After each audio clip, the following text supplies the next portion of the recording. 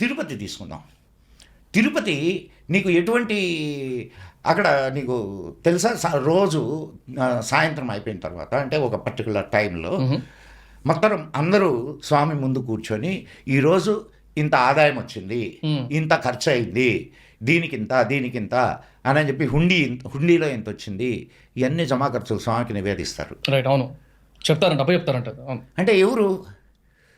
మనం మంత్రాల్లో చెప్పుకుంటాం, రాజాదిరాజాయ ప్రసన్న సాహినే నమో వయం వై శ్రవణాయ కూర్మహే సమే కామాన్ కామాయ మహ్యం కామేశ్వరో వై శ్రవణో దదాతు కుబేరాయ వై శ్రవణాయ మహారాజాయ నమః.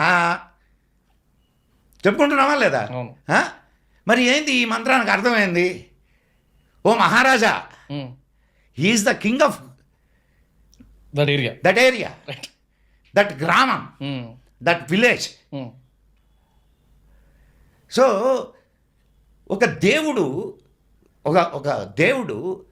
ఒక రాజ్యానికి కింగ్ అయితే అక్కడ బ్రతికేటటువంటి వాళ్ళు ఇటువంటి జీవన శైలిని అనుసరిస్తారు.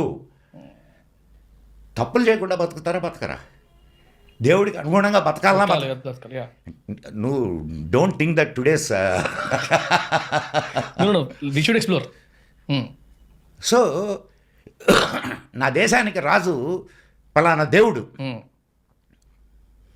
నేనేం చేసినా ఆయన చూస్తుంటాడు అనే దైవ భీతి ఉంటుందా ఉండదా ప్రజల్లో? సో ప్రజలు న్యాయ మార్గంలో నడవడానికి అవకాశం ఉన్నదా లేదా?